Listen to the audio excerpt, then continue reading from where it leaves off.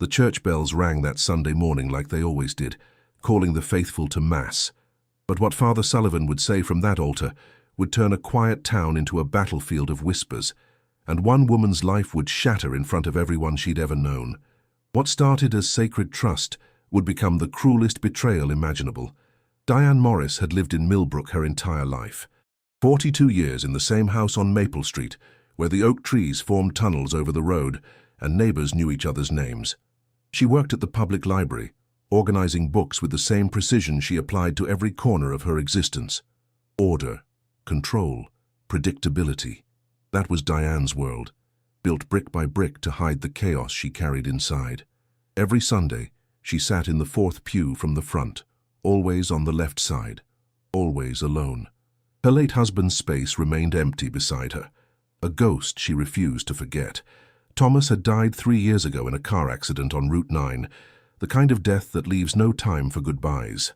Since then, Diane had become a shadow of herself, moving through life like someone walking underwater, every gesture slow and deliberate, as if the world had turned into something thick and suffocating. The weight of secrets pressed against her chest every waking moment. At night, she lay staring at the ceiling, counting the cracks in the plaster, each one a reminder of how things break slowly, imperceptibly, until one day they collapse entirely. The town saw her as the quiet librarian, who smiled politely and remembered everyone's favorite authors. They didn't see the woman who cried herself to sleep, or the guilt that ate at her like acid. That particular Saturday afternoon, Diane stood in front of the mirror longer than usual.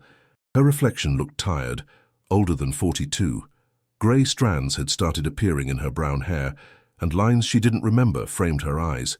She touched her face gently, wondering when exactly she'd stopped recognizing herself. The decision had been made 3 weeks ago, but today was the day she'd finally speak the truth aloud. Today, she would confess. St. Benedict's Church stood at the center of town, its white steeple visible from every direction. The building was over 100 years old, with stained glass windows that painted rainbows across the wooden pews when the afternoon sun hit them just right. Diane had been baptized there, married there, and attended her husband's funeral service there. The church held every important moment of her life within its walls. She arrived at 4 in the afternoon, when the building was mostly empty.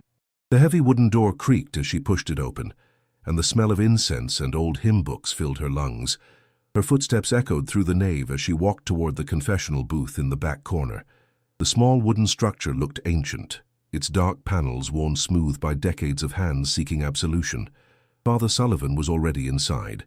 She could see his silhouette through the latticed screen that separated priest from penitent. He was 58 years old, with silver hair and a voice that always sounded like honey and authority mixed together. The town respected him deeply. He'd baptized half the children in Millbrook, counseled countless marriages, and delivered eulogies that made grown men weep. If anyone could understand, it would be him. Diane entered the booth and knelt on the worn cushion. The space was cramped and dark, smelling of wood polish and the accumulated prayers of generations. She made the sign of the cross with trembling fingers and whispered the opening words she'd rehearsed 1,000 times. "Bless me, Father, for I have sinned. It has been 2 months since my last confession." The silence that followed felt eternal. Through the screen she could hear Father Sullivan breathing, waiting. Diane closed her eyes and forced the words out, each one feeling like pulling thorns from her throat. "Father, I need to tell you something I've carried alone for 3 years. Something about my husband's death." Her voice cracked, but she continued. "The night Thomas died, we had fought. A terrible fight about money, about the future, about things that seem so small now. He left angry, and I let him go. I stood in the doorway and watched him drive away, and I remember thinking I hoped he'd crash. Just for a second, Father. Just one horrible second. I wished something would stop him, so he'd have to come back and talk to me." The confession poured out like water breaking through a dam, and then he did crash. 2 hours later, the police came to tell me he was gone, and I've lived every day since knowing that my last thought about my husband was wishing harm on him. I've told everyone it was a tragic accident, that we'd parted with love, but that's a lie. My last words to him were cruel. I called him selfish and small, and now he's dead, and I can never take it back." Diane's shoulders shook with silent sobs. "But that's not all, Father. 6 months after he died, I met someone, a man named Richard from the next town over. We've been seeing each other in secret because I'm ashamed. Ashamed that I could move on so quickly. Ashamed that I can laugh again when Thomas is in the ground. The whole town still sees me as the grieving widow, and I let them because the truth makes me feel like a monster." She paused, wiping her face with shaking hands. "I've been lying to everyone for 3 years, living 2 different lives.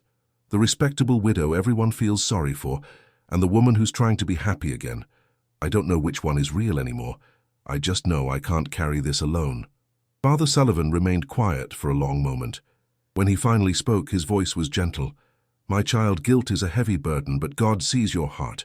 The thoughts we have in anger don't cause tragedy. Your husband's accident was not your fault. As for finding love again, grief doesn't follow a schedule. There's no shame in choosing life after loss." He gave her penance, 3 Hail Marys and an act of contrition, and blessed her with words of absolution. Diane left the confessional feeling lighter than she had in years.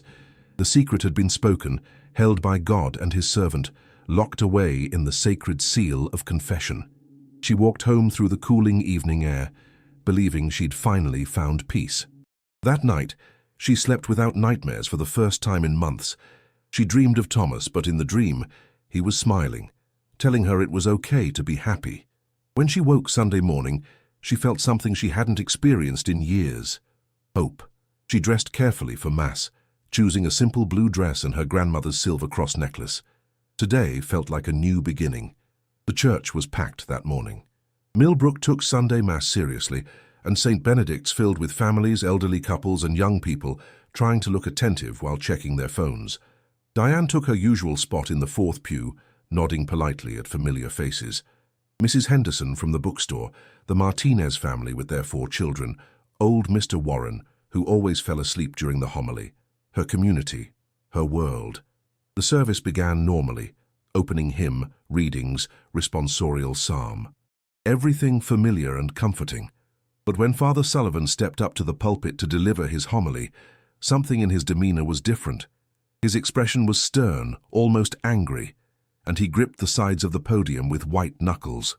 The church fell silent, sensing something unusual was about to happen. "My brothers and sisters," Father Sullivan began, his voice carrying through the vaulted ceiling, "today I want to talk about honesty, about the lies we tell ourselves and others, about the masks we wear and the secrets we hide."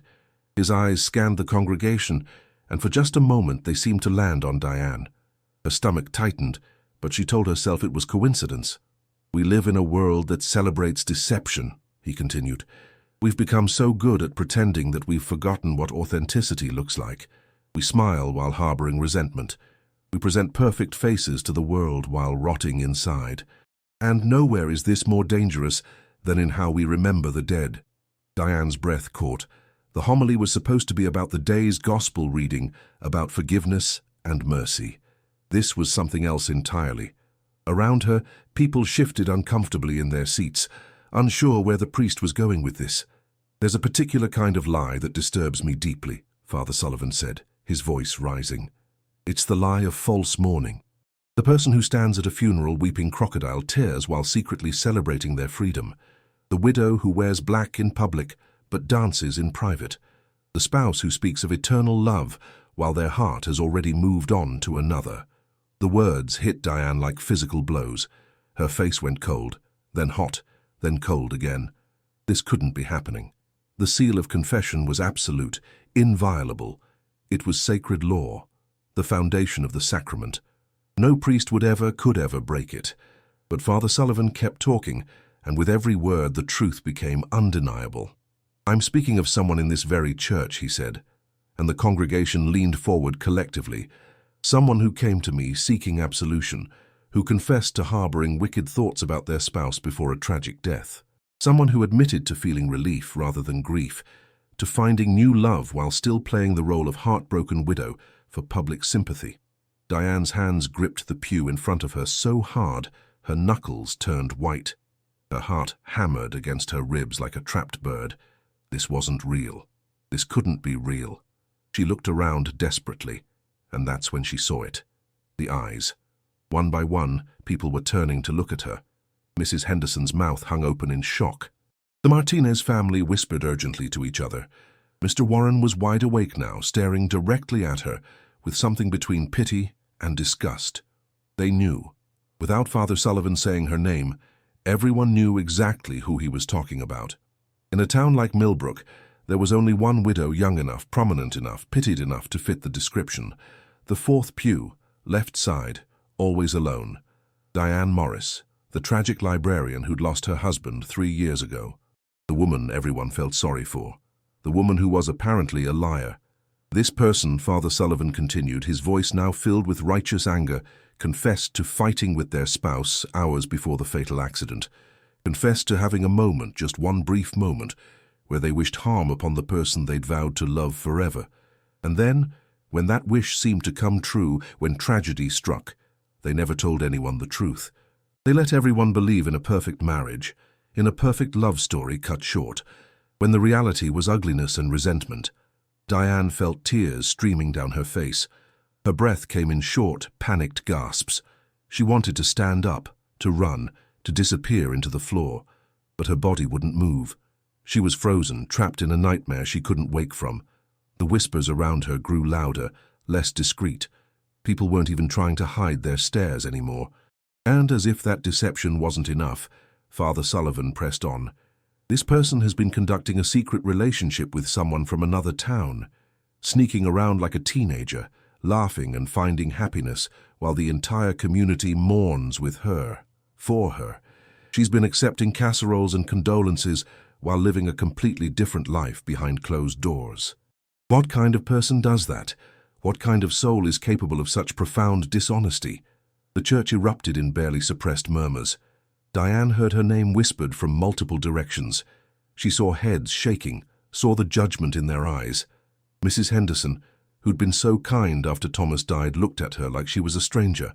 The Martinez children stared with wide, confused eyes. Even young people in the back were pulling out their phones, no doubt already texting the incredible gossip spreading through the service. Father Sullivan raised his hands for silence. I tell you this not to gossip, but to remind us all that God sees everything.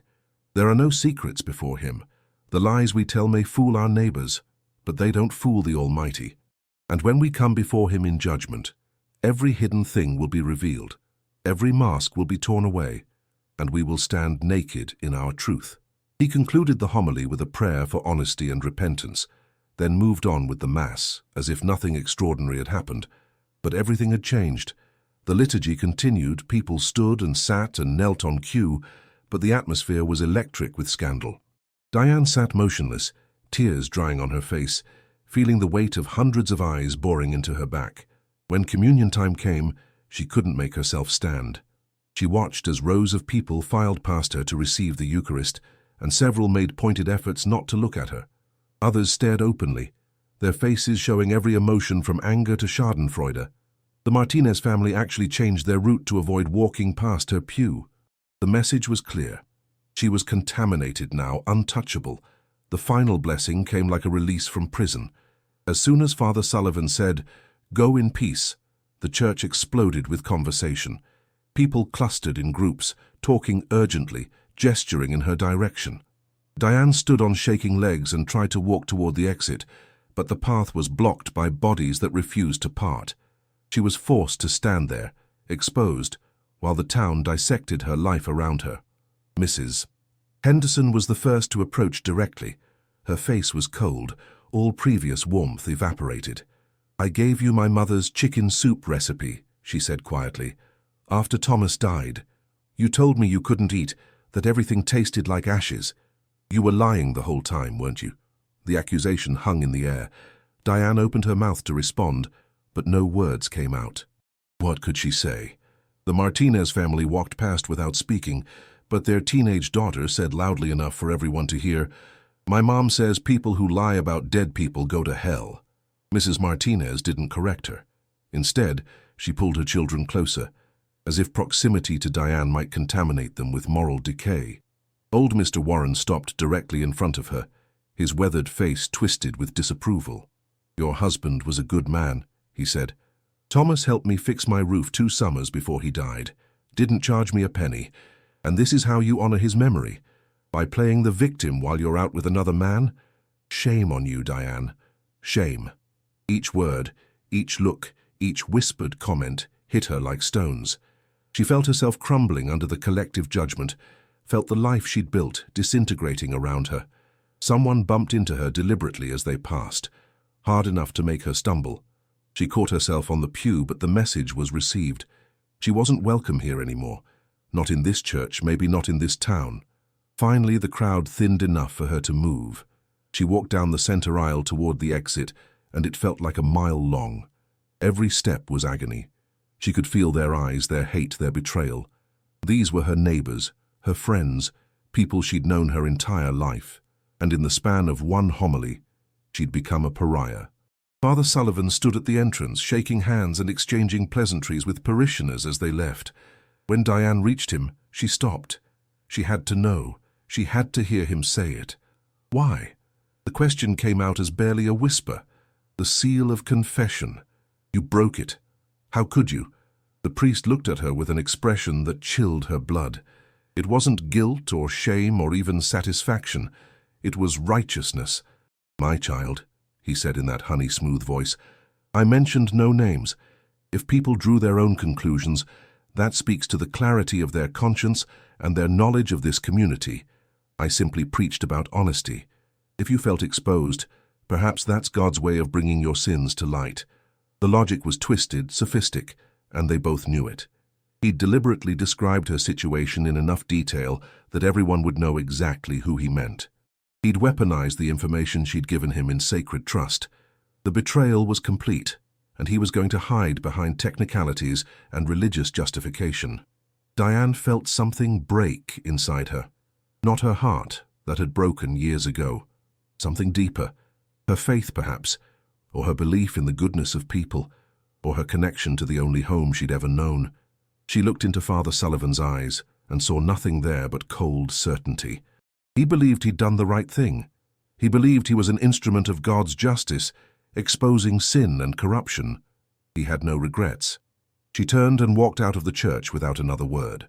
Behind her, she heard Father Sullivan greeting the next parishioner warmly, as if the conversation with her had already been forgotten. The Sunday morning sunshine felt too bright, too cheerful. It mocked her with its normalcy. The world should be darker to match what had just happened. Diane walked home through streets that suddenly felt foreign. Curtains twitched in windows as she passed. She saw Mrs. Chen from the post office talking urgently on her phone while staring directly at her. Two teenage boys on bicycles slowed down to look, then pedaled away fast, laughing. The news was already spreading beyond the church walls, infecting the entire town like a virus. When she reached her house on Maple Street, she stood on the sidewalk for a long moment, just looking at it. The blue shutters Thomas had painted 5 years ago. The flower boxes she'd planted last spring. The porch swing where they'd sat on summer evenings. Home. But it didn't feel like home anymore. It felt like a museum of a life that no longer existed. Inside, the silence was absolute. She moved through the rooms like a ghost, touching familiar objects that now seemed to belong to someone else. The wedding photo on the mantel, the bookshelf filled with volumes she'd read and recommended, the kitchen table where she and Richard had shared coffee and conversation just 2 days ago, laughing about something trivial and beautiful. Richard. She needed to call Richard. He deserved to know what had happened, how their secret was now public knowledge, how her life had just exploded. She picked up her phone with numb fingers and dialed his number.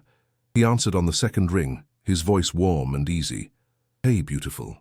How was church? The question was so innocent, so normal, that it made her want to scream. Instead, she told him everything. The homily, the stares, the whispers, the confrontation with Father Sullivan.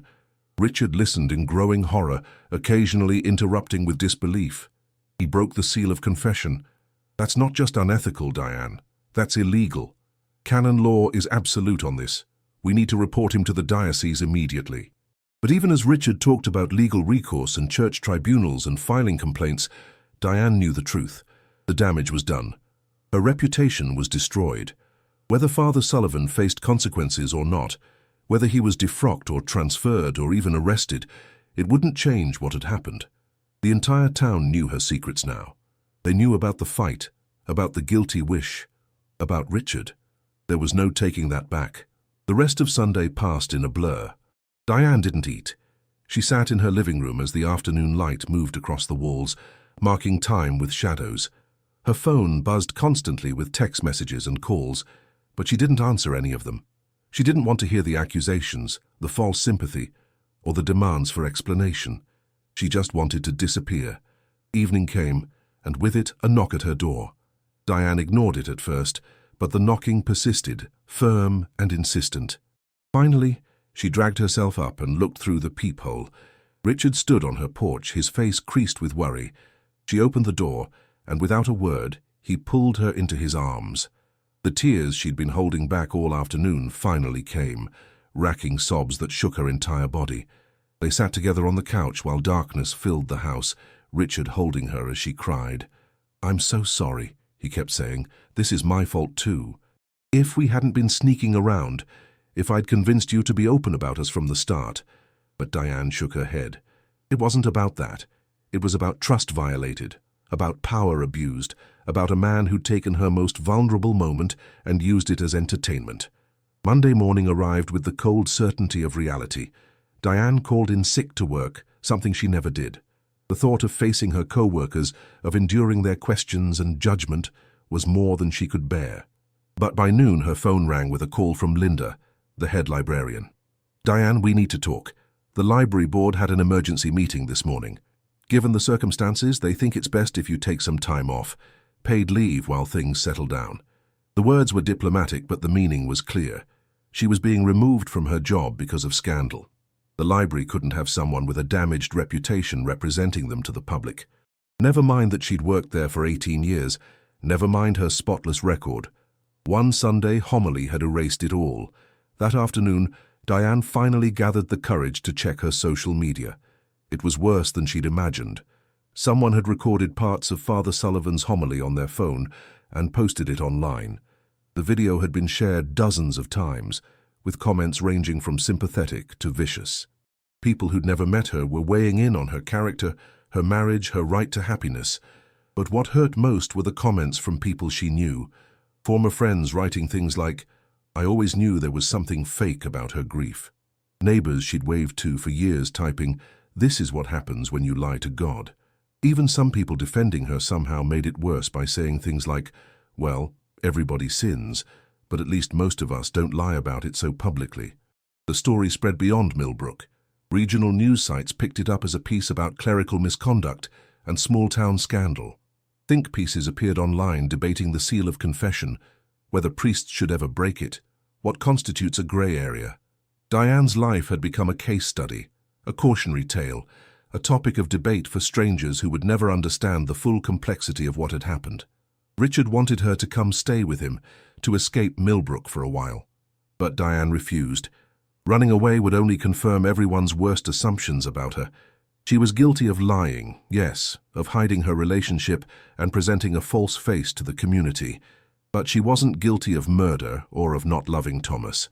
Her feelings were complicated, human, messy in the way all feelings are when dealing with grief and guilt, and the desperate need to keep living. By Wednesday, the pressure had escalated beyond social ostracism. Someone threw a rock through her living room window in the middle of the night. The attached note read, "Liars burn in hell." Diane called the police, and Officer Morrison arrived to take the report. He'd gone to high school with Thomas, and his professionalism couldn't quite hide his discomfort. "We'll look into it," he said, not meeting her eyes. "In the meantime, maybe you should consider staying somewhere else for a few days." That same week, someone spray-painted the word liar across her garage door in red paint. The local hardware store owner refused to sell her cleaning supplies to remove it, saying coldly, "Maybe you should live with your choices visible for a while." The grocery store checker, who'd always been friendly, processed her purchases in hostile silence. The pharmacy technician made her wait 40 minutes for a prescription that should have taken 5. Every day brought new small cruelties. Her tires were slashed. Someone left a dead bouquet on her porch with a card reading, "For your real marriage." The mail carrier started leaving her packages in the rain instead of on the covered porch. Teenagers drove by at night shouting insults. The town had turned against her completely, united in their righteous anger at her deception. Through it all, Father Sullivan continued his regular services, apparently untroubled by the chaos he'd created. Diane heard through the grapevine that several parishioners had quietly asked him about the appropriateness of his homily, but he'd responded that he'd acted according to his conscience and his duty to combat sin. The diocese had received complaints, but investigations moved slowly, and in the meantime he remained in his position, celebrated and respected by those who approved of his actions. Diane found herself caught between two impossible choices. She could leave Millbrook, abandon the only home she'd ever known, start over somewhere else where nobody knew her story. Or she could stay and fight, demand accountability, try to rebuild her reputation piece by piece. Both options felt like losing. Richard urged her to fight. "We should go public," he said. "Tell your whole story, the context, the grief, the way that priest manipulated and betrayed you. People need to understand you're human, not a monster." But Diane wasn't sure public sympathy would help. The internet had already decided who she was, based on incomplete information. More details might just give them more ammunition. 2 weeks after the infamous homily, Diane received an unexpected visitor. Father Patrick O'Brien from the diocesan office appeared at her door with an apologetic expression and an official letter. "Ms. Morris, I want you to know that the diocese takes allegations of confidentiality breaches very seriously. We've completed our preliminary investigation into the incident at St. Benedict's." Diane invited him in, hope flickering weakly in her chest for the first time since the nightmare began. Father O'Brien sat carefully on the edge of her couch, his body language suggesting he wished he were anywhere else. The letter he handed her was formal and bureaucratic, full of ecclesiastical language that took effort to pass. But the essential message was clear. Father Sullivan had been found to have acted inappropriately, but not technically in violation of canon law. "How is that possible?" Diane asked, her voice hollow. "He told my confession to hundreds of people. He destroyed my life with information I gave him under the sacred seal." Father O'Brien looked uncomfortable. "The tribunal's position is that Father Sullivan never explicitly broke the seal because he didn't identify you by name.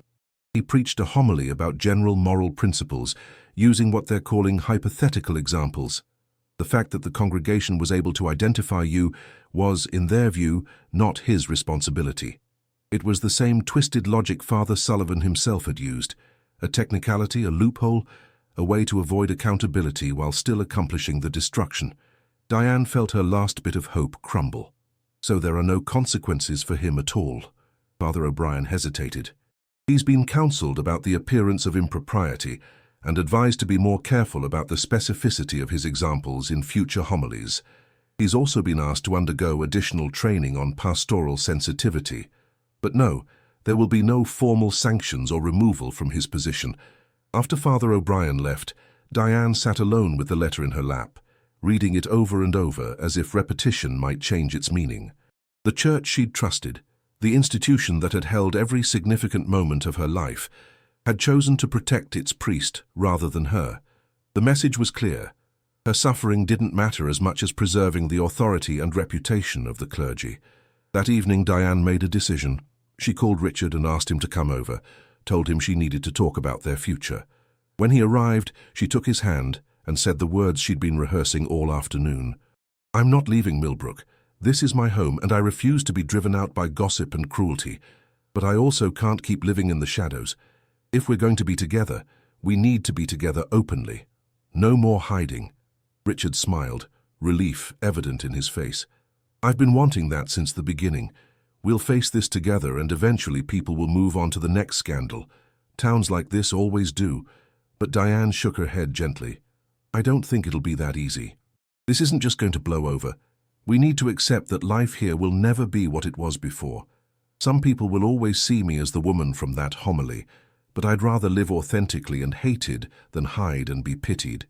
The next Sunday, Diane did something she'd sworn she'd never do again. She went to Mass.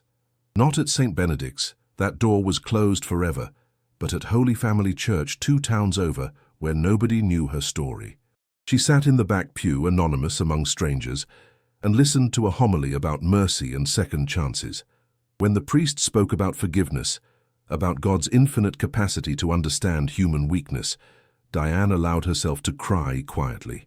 After the service, She stood in the parking lot for a long time, watching families load into cars, teenagers texting on their phones, elderly couples walking slowly arm in arm. Normal life.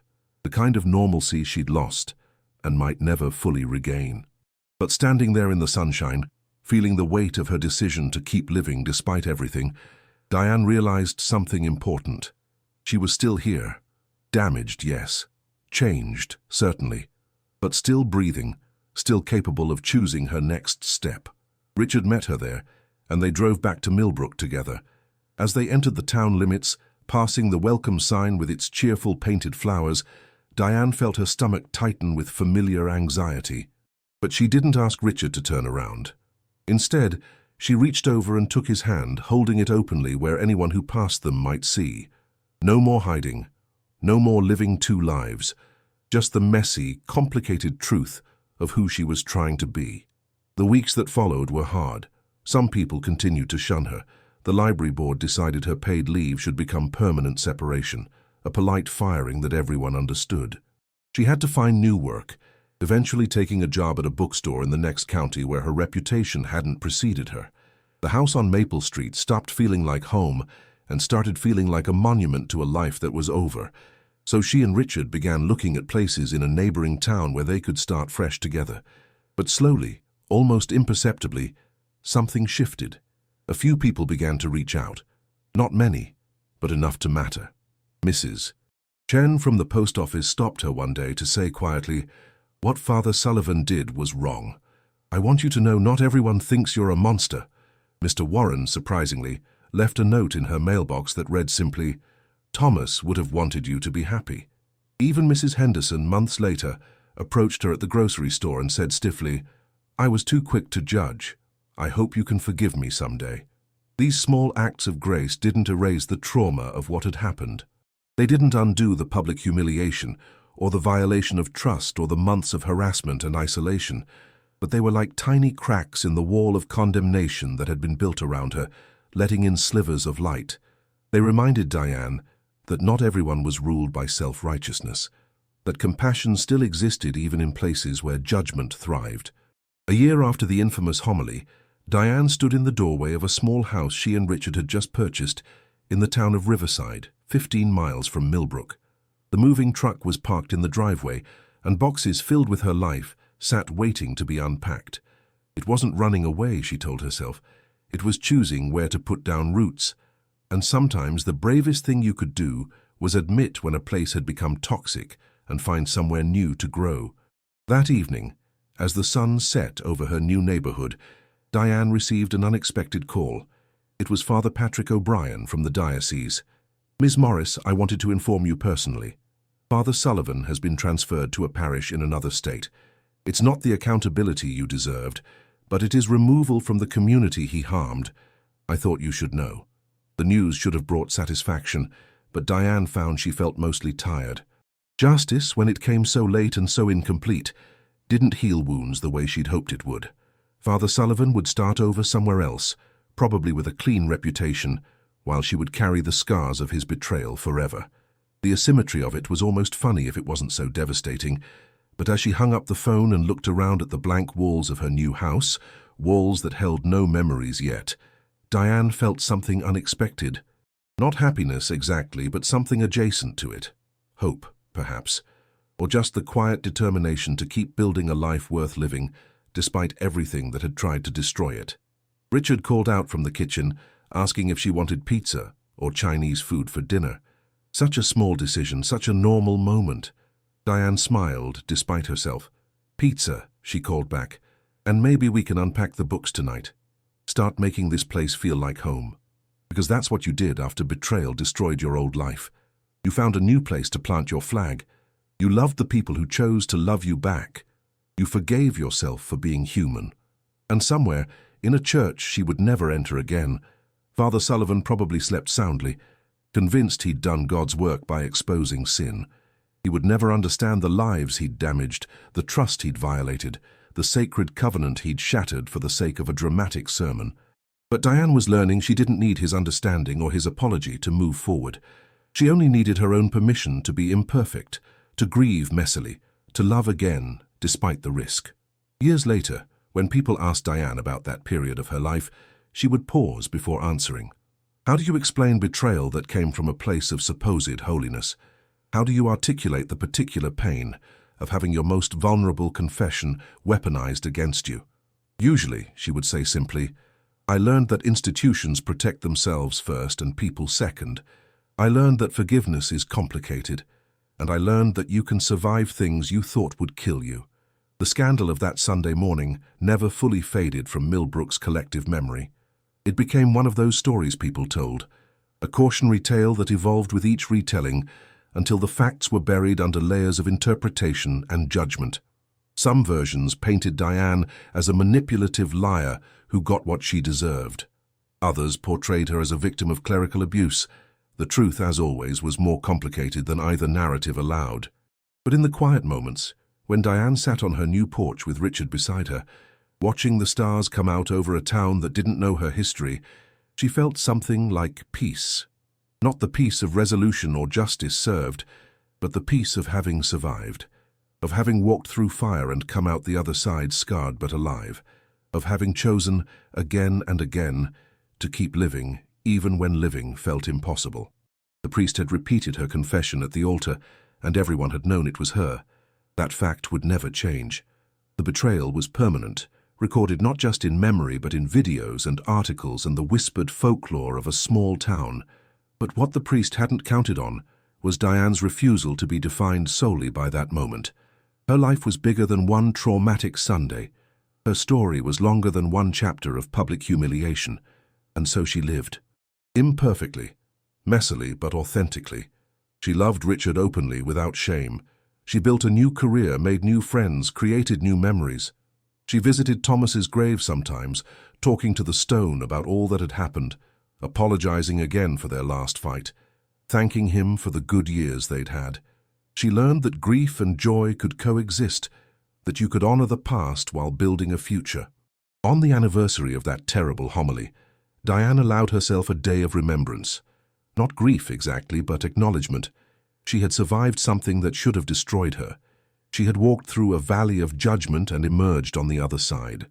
The scars were real, the damage wasn't erased, but neither did it define the totality of who she was or who she would become. Father Sullivan, she heard through the grapevine, thrived in his new parish. The transfer had been framed as a promotion, not a punishment. He continued preaching his stern homilies about honesty and moral decay, probably unaware or unconcerned that his actions had nearly driven a woman to despair. The church protected him because institutions protect their own. A truth Diane had learned too late, but she also learned that survival was its own form of victory. Every day she woke up and chose to keep going was a small rebellion against the forces that had tried to crush her. Every moment of happiness she allowed herself was proof that betrayal, even profound betrayal, didn't have to be the end of the story. There could be chapters after the darkest one, pages filled with light even after so much darkness. In the end, Diane Morris became someone she never expected to be. Not the quiet librarian living a respectable widow's life, not the scandal-ridden pariah of Millbrook's whispered conversations, but something more complex and more real, a woman who had faced public judgment and private shame, who had lost nearly everything, and who had somehow found the strength to build something new from the ruins, not perfect, not vindicated, but alive, and trying, and learning that sometimes that was enough. The bells of Riverside's church rang on Sunday mornings, calling the faithful to worship. Sometimes Diane attended, sitting in the back where she could leave quickly if the homily turned harsh or the memories became too heavy. Other times she stayed home, finding her spirituality in quieter places, in conversations with Richard, in books that spoke of mercy rather than judgment, in the simple act of choosing kindness when the world had shown her so little. And if somewhere Father Sullivan stood at another altar, preaching to another congregation about honesty and moral rectitude, Diane no longer cared. His power over her life had ended the moment she decided that surviving his betrayal mattered more than securing his apology. He would carry his choices, she would carry hers, and in the end everyone answered to whatever judgment they believed in, whether divine or human, or the quiet voice of conscience in the dark hours of night. Diane had answered her own conscience. She had faced her guilt about Thomas, acknowledged her lies to the community, accepted the consequences of her choices. What she refused to accept was that one man's violation of sacred trust should define the rest of her life. So she lived despite him, in defiance of him, with a determination born from having already lost everything and discovering that life continued anyway. The story of the priest who repeated a woman's confession at the altar became a legend in Millbrook, told and retold until it took on mythic proportions. But Diane's story, the real one, the complicated one about grief and guilt and the long road to healing, that story was quieter. It didn't have dramatic confrontations or satisfying resolutions. It had small victories and persistent struggles and the daily choice to believe that tomorrow might be easier than today. And sometimes, when the light hit the windows just right in her new home, when Richard laughed at something silly and ordinary, when she finished a good book and felt that spark of joy that reading had always brought her, Diane thought, I made it. Despite everything, I'm still here, still loving, still hoping, still human. And that was its own form of grace, its own kind of miracle, its own quiet triumph over the forces that had tried to break her. The priest had wielded his betrayal like a weapon, but Diane had transformed her survival into armor, and in the end, she was the one who got to choose what happened next. Not him, not the town, not the whispers or the judgment or the broken promises of sanctuary, just her, making the choice every single day to keep living. And that, in the end, was how she won.